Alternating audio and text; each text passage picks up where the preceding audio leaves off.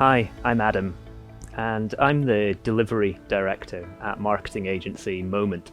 We started Moment with a clear mission to change marketing for the better on the way to a better world. I feel very fortunate to have had a varied career to date and many different experiences, and have learned the power of marketing to change opinions, to change behaviours, and ultimately to create long-lasting change. Now that change can either be negative or positive, and it's the latter that we're really focused on delivering. So I'm delighted to be working on this series of sustainability sessions, where we'll be talking with business leaders and sustainability experts, people who are taking action on that positive change, delivering that to solve some of the most pressing issues facing our people and the planet at large. I'm delighted, therefore, to have our very first guest, Marc Dokter, who is the owner and managing director of ENKEV Group.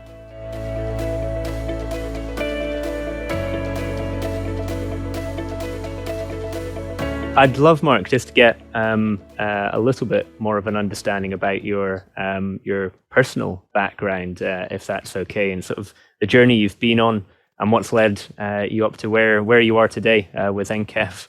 Yeah. Okay. Yeah. Well, where should I start? Well, first of all, let's start with the personal stuff. I'm a father of three. I am the husband of one wife, Astrid. We've got a nice labradoodle at home, and it's all fantastic over there. So in my professional life, I like to socialize, and I like to have a good time with my customers, with suppliers like yourselves.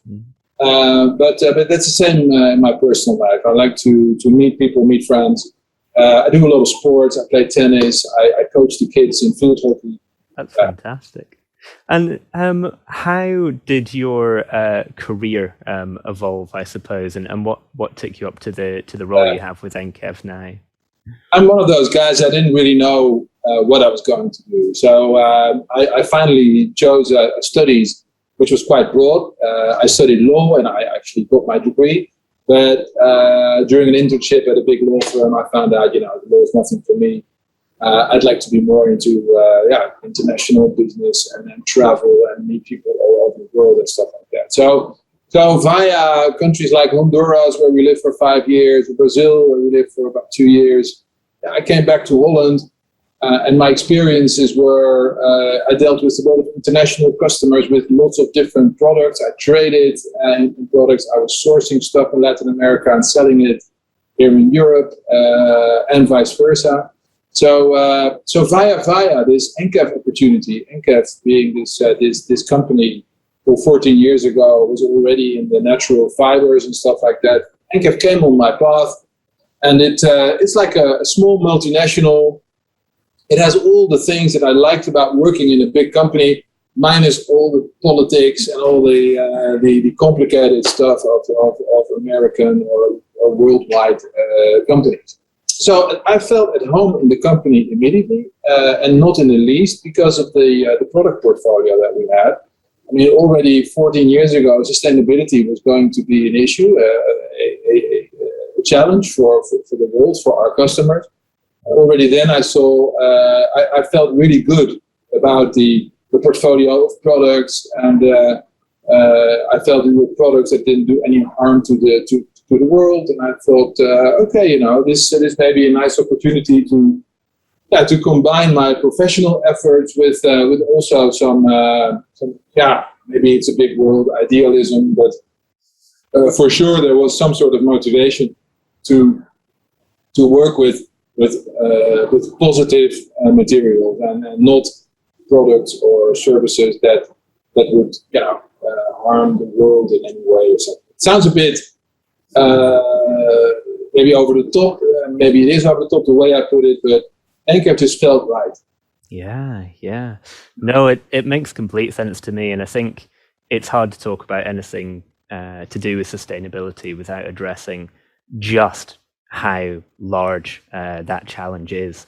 So certainly from what I understand in our research into ENKEV, I can completely see how that broader mission aligns with the business. I wonder if you can tell us just a little more then about the business, about some of those products, or maybe any big projects you're working on just now, and how sustainability comes to life within the business. Yeah. Well, first of all, the strange thing is that our company is already in existence since 1932.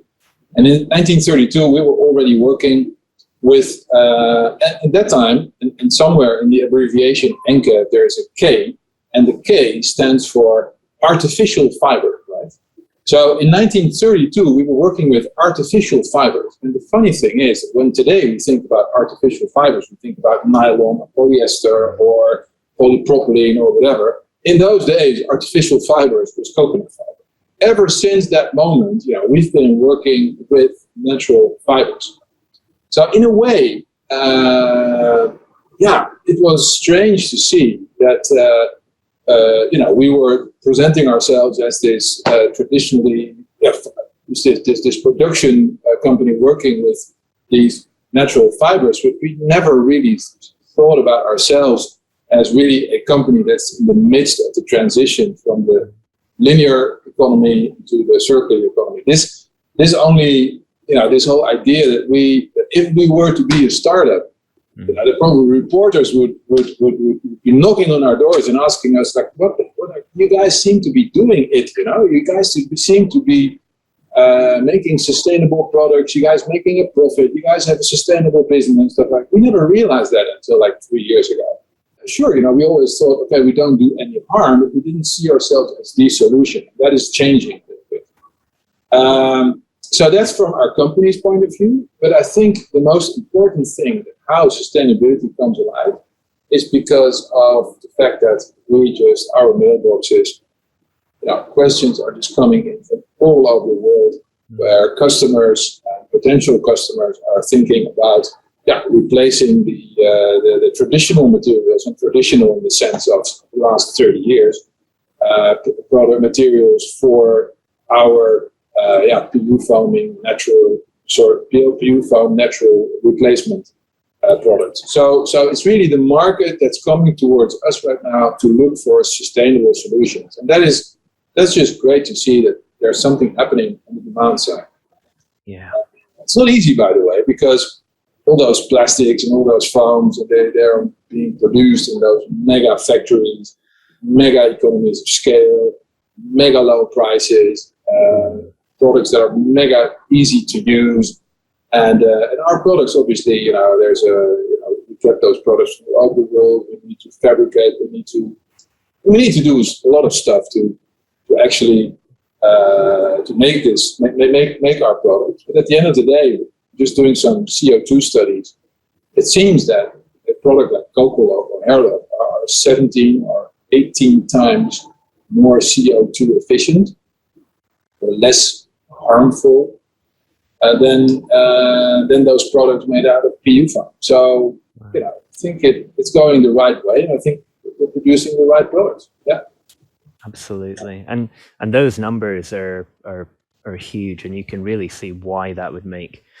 such a difference to all sorts of businesses. I wonder, do you see a difference in the role or the value of sustainability to either businesses across different industry sectors, or certainly those different geographic markets that you operate in? I think, the more prosperous a country is, the more of a topic it is. But at the same time, in the countries probably where the prosperity level is not that high, those are countries where there's a lot of production going towards these countries where sustainability is becoming more important, right? I think it's basically across the board, and even from Asia we get questions. Even from Asia we get inquiries. And don't forget that many European or American companies have their production locations in Asia. So even if you're talking to a European company or an English company, it may very well be that your products at the end of the day will need to be either shipped to China, which is not ideal, but because then you get a lot of extra transport. Basically, it's also we also see, and especially in the last months with all these post or post-corona sort of post-COVID sort of side effects of transport exploding from 2,000 US from Asia towards here. I just got a quote for $17,000 US for a container from Malaysia to Holland. Unbelievable. Wow. There is sort of that local production, is just becoming more and more realistic. Yeah. As far as I'm concerned, I mean, this is not something that I'm proud of, but we raise our prices, and it's very seldom that those prices come down. So I'm really curious what will happen to those transport prices. Yeah. I guess that they'll stay high for a long time, which will give local production here in Europe a big push. Yes, absolutely. Yeah. And I think that transportation topic's really interesting. And I wonder if over the years, you mentioned the legacy of ENKEV, I suppose. Are there any other technologies that have been particularly disruptive or changed a lot how you go about embedding sustainability within the business? Yeah, you already mentioned it. I mean, one of our main markets is the bedding market. So we supply to a lot of mattress manufacturers, and worldwide actually, from Chile to US to Korea to Australia. Bedding being, it's quite voluminous. So your mattress, I mean, it's 6-7 inch high. It's quite a voluminous piece of foam mostly. That business is a big polluter. Only here in the Netherlands, we have like the home stadium of Ajax Amsterdam. It's like fits 55 or 60,000 people. Every year, there's a full Amsterdam arena, or Johan Cruijff arena, I should say, filled with PU foam that's just thrown away. And PU foam cannot be recycled. Yes, you can make yoga mats. Yes, you can make judo mats or whatever. But how many of those mats do you need? I mean, some cow mattresses will be made out of it, but there's just way too much of this. So recyclable materials for mattresses are really something that a lot of people are thinking about it. A lot of developments are being done. We have here in Volendam already 10 years ago. We saw sort of extrusion process where you can just put a polymer. This is not natural. Put one polymer in an extruder, and out of the extruder comes a spaghetti-like structure. And that spaghetti-like structure, you can sort of make resilient structures out of it, resilient sheets, and they can go into mattresses. And these are materials that are, it's one material, and it is a thermal hardening process. So that means that you can thermally, you heat the temperature, it becomes liquid, and if you lower the temperature, it becomes solid. You can repeat that process constantly. So we make children mattresses out of Labyrinth. We also make adult mattresses, but we do more children mattresses.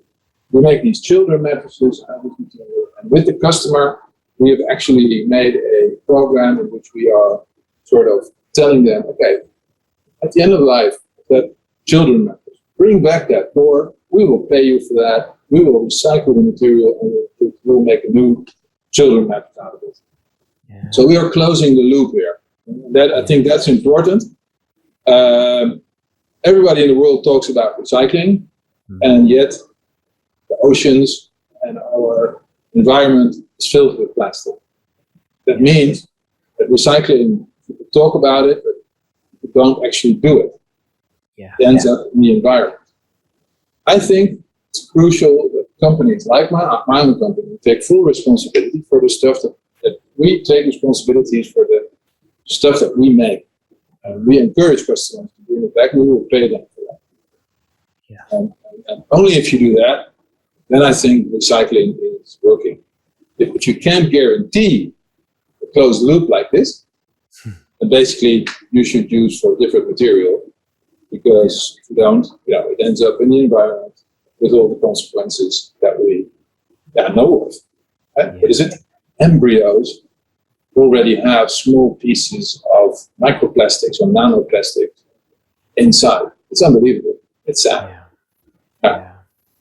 I think that's so important, and I completely agree. That issue of circularity and really the aspect of taking action, which is fundamental and a key reason we wanted to start these sessions, sharing some of those ideas. I think that's a great example of the work that ENKEV does. I wonder, in terms of, we've spoken about recycling and circularity. I spoke about where some of those products come from in terms of what the fibers are. I wonder if there's any other particular aspects that are really front of mind for you at the moment. So I know we talk about themes like traceability, for example. How important is that in the supply chain? Yeah, I think it's crucial. I think there's one thing that's actually more important than that, and I think that is it has to do with pricing. As I said, all these polyurethane foam-based products, but it's the same with plastics. It's the same with many of the polluting materials that we find around ourselves. Is that the cost price of those products are so low that it's very complicated to compete with them. But the problem is that a large part of the actual cost of those products is not calculated. It's not in the cost of the material. Like we have all these initiatives, all these ocean cleanup initiatives.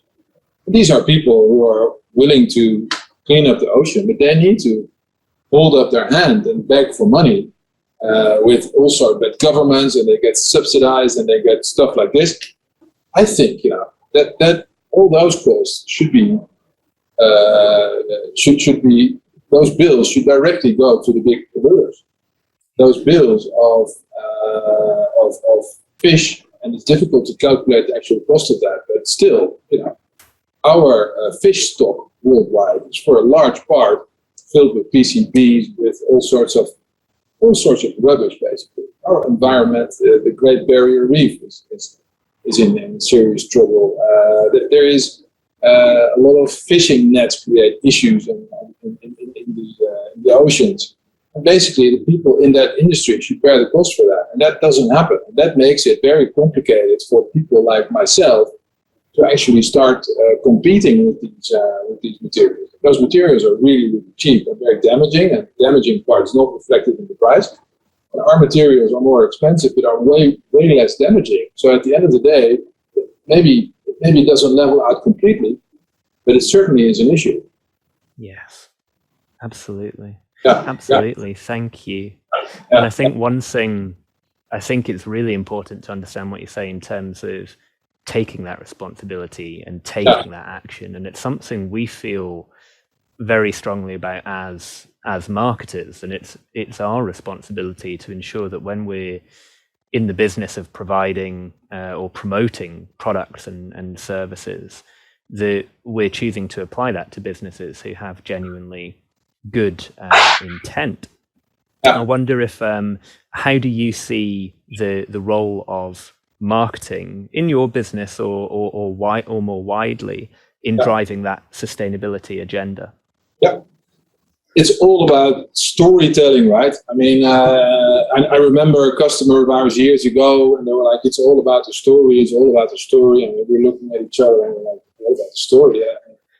It used to be all about price, and it used to be all about making the delivery. Now it's all about the story. What are you talking about? At the end of the day, it is all about the story. And so yeah, you need to go out and tell your story, and note over there that it's not easy to get your story out easily. I mean, I just saw I think Royal Dutch Shell, they gave out their quarterly report, and then some critical analysts were like, okay, so they have invested 110 billion euros or pounds, I don't know what, doesn't matter, it's an awful lot of money.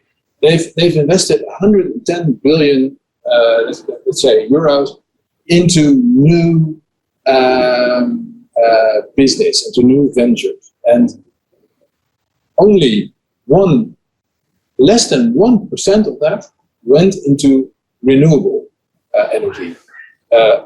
Yet at the same time, if you see Shell advertising on television, you see a nice lady from South Africa with her surfboard, being very motivated about, wind parks. And there's somebody else who's motivated about white energy, water energy, stuff like that. I don't doubt the intentions of the lady with the surfboard, but I certainly doubt the story that Royal Dutch Shell is telling is not the story that they are actually living. They live 100% fossil, only percent part is renewable, yet 100% marketing goes to renewable. Yes. So, and that's what we need to compete with. It's not easy. Yes, I completely agree. So many of our conversations revolve around that authenticity and the need for, you can't just do marketing. Marketing can only be an extension of how you actually operate as a business, which is why it's great to know companies like ENKEV. Thank you. And so the last piece is, if you had any advice or one piece of advice for people in their business or whatever their role may be, who are also passionate about sustainability and want to make a difference, what one piece of advice would you give them? Yeah, I always get annoyed with sometimes the idea that it all needs to be 100% right away. I like this step-by-step approach. You can design a shoe, and that will be 100% renewable or recyclable, and then come to the market in 5 years or in 6 years. But you could already start easily with replacing component after component with something more sustainable than today. And you can start making a difference tomorrow, right? And this is something, this step-by-step approach. I mean, we get so many inquiries from people who want to do something great, and they want it, and especially the big companies are like, yeah, we need it 100% to be perfect. Then we say, okay, sorry, we cannot invest 5 years of research and then go to the market. No, let's start tomorrow. I mean, for shoes, we have rubberized coconut fiber can replace a large chunk of PU foam in a shoe insole, in a shoe sole. Yeah, we can do that tomorrow. Let's not wait years until we are 100% perfect. No, and I tell you what, that if people are willing to take that step-by-step approach, then also on our side, once the business starts running, it creates a good platform for new developments, for investments in new technologies and stuff like that. So I'm a big fan of the step-by-step improvement of everything. My company is not perfect. I mean, we are an industrial company, so yes, we use energy, and yes, we do have some raw materials which are not perfect. But the more that these materials are bought by customers, I assure you one thing, they are much better than polyurethane. The more business we have, the more is possible when it comes to research and development and taking out harmful substances and replacing them with new stuff. So, let's make it easy and let's go step by step towards the end goal. Absolutely. I love that. And I think that's a great note to close on with, as we said at the beginning, thinking about how big of a challenge sustainability is and how we move forward and how many problems there are to address. but actually just getting started today, and making those continuous improvements. I think that's wonderful. I'd like to say a big thank you, Marc, for taking the time to speak to us. I'm sure that there will be many who will be inspired to hear what you've been doing and the actions you've been taking. And if we can make just a few more people take actions themselves, then hopefully we'll have achieved something together. Okay, thanks, Adam. I really enjoyed it, and anytime, this is, we can go on for hours like this. Absolutely. Thank you. Take care. Okay, cheers. Bye-bye. Big thank you for tuning in today. I hope some of what you've heard is inspiring, and you can think about the actions that you can take into your own roles and into your own businesses. I think it was clear from what Marc said that taking action, even small actions today, are what's going to lead up to the big changes that we need to see over the next 5 to 10 years. But it has to start now. We've touched on some key themes in circularity and in traceability, and really in taking responsibility for our own actions, which I think we all have to do. I'm really looking forward to chatting to more sustainability leaders in future sessions, so keep an eye on our channels, and I look forward to bringing that to you soon. If anyone would like to come and speak to us about the actions they're taking in this space, I'd be delighted to hear from you. Thanks again.